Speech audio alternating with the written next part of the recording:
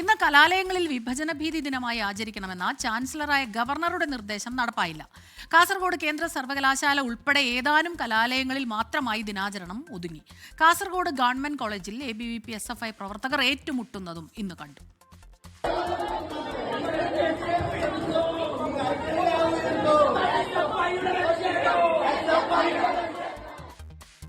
MSFും ഇവിടെ പ്രതിഷേധവുമായി എത്തി. അതേസമയം കുസാറ്റിൽ ഓൺലൈനായി പരിപാടി സംഘടിപ്പിച്ചു. തിരുവനന്തപുരം ധനുവച്ചപുരം NSS കോളേജിന് പുറത്ത് ABVP ദിനാചരണം നടത്തി.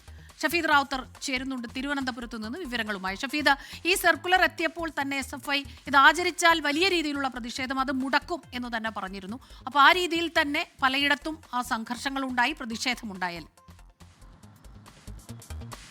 സംസ്ഥാനത്തെ സർവകലാശാലകളിൽ അതായത് ഈ വിഭജന ഭീതി ദിനാചരണം നടത്തണമെന്നുള്ള ചാൻസലറുടെ ഉത്തരവ് അല്ലെങ്കിൽ അവരുടെ നിർദ്ദേശം അത് അപ്പോൾ തന്നെ വലിയ പ്രതിഷേധത്തിന് കാരണമായതാണ്. മാത്രമല്ല, ഇന്ന് ഇതുമായി ബന്ധപ്പെട്ട ഉന്നത വിദ്യാഭ്യാസ വകുപ്പ് ഡീനുകൾക്ക്, കോളേജിലെ ഡീനുകൾക്ക് അതുമായി ബന്ധപ്പെട്ട ഒരു തരത്തിലും പരിപാടി ക്യാമ്പസിനകത്ത് നടത്തരുത് എന്നുള്ള നിർദ്ദേശം നൽകുകയും ചെയ്തു. കൂടാതെ ഉന്നത വിദ്യാഭ്യാസ മന്ത്രി ബിന്ദു അയച്ച നോട്ടീസിൽ പറഞ്ഞ പ്രധാനപ്പെട്ട കാര്യം ഈ പരിപാടി സാമുദായിക സൗഹാർദ്ദം തകർക്കുന്നതിനും സാമുദായിക സ്പർദ്ധ വളർത്തുന്നതിനും കാരണമാകും എന്നുള്ളതായിരുന്നു. ഇതിന് പിന്നാലെ പരിപാടി നടത്തുമെന്നുള്ള ആഹ്വാനവുമായി ABVP രംഗത്തെത്തി. അങ്ങനെയാണ് കേരളത്തിലെ പല സ്ഥലങ്ങളിൽ ABVPയുടെ നേതൃത്വത്തിൽ ഈ പരിപാടി സംഘടിപ്പിച്ചത്. കാസർഗോഡ് ABVP വിഭജന ഭീതി ദിനം ആചരിച്ചതിന് പിന്നാലെ SFI MSF പ്രവർത്തകർ പ്രതിഷേധിക്കുന്ന സാഹചര്യമുണ്ടായി. മാത്രമല്ല, അതിലൊരു ഏറ്റുമുട്ടൽ കോളേജിൽ ABVP പതിച്ച കാസർഗോഡ് ഗവൺമെന്റ് കോളേജിൽ ABVP പതിച്ച പോസ്റ്ററുകൾ SFI പ്രവർത്തകൻ കീറിയതിനെ ചൊല്ലി ABVP SFI പ്രവർത്തകർ ഏറ്റുമുട്ടി.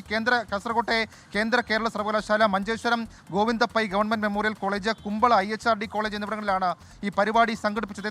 സമയം തിരുവനന്തപുരം ധനുവച്ചപുരം VTM NSSൽ പരിപാടി ക്യാമ്പസിനകത്ത് നടത്താൻ സമ്മതിച്ചില്ല. കേരള സർവകലാശാലയ്ക്ക് കീഴിൽ ഒരു ക്യാമ്പസിനകത്തും പരിപാടി ക്യാമ്പസിനുള്ളിൽ സംഘടിപ്പിക്കാൻ സമ്മതിച്ചില്ല. പകരം ഈ ധനുവച്ചപുരം കോളേജിൽ ക്യാമ്പസിന് പുറത്താണ് ഈ പരിപാടി സംഘടിപ്പിച്ചത്. ഈ പരിപാടിക്കെതിരെ ഗവർണറുടെ നിർദ്ദേശത്തിനെതിരെ CPM സംസ്ഥാന സെക്രട്ടറി MV ഗോവിന്ദൻ ദേശാഭിമാനിയിൽ മുഖപ്രസംഗം എഴുതിയിരുന്നു.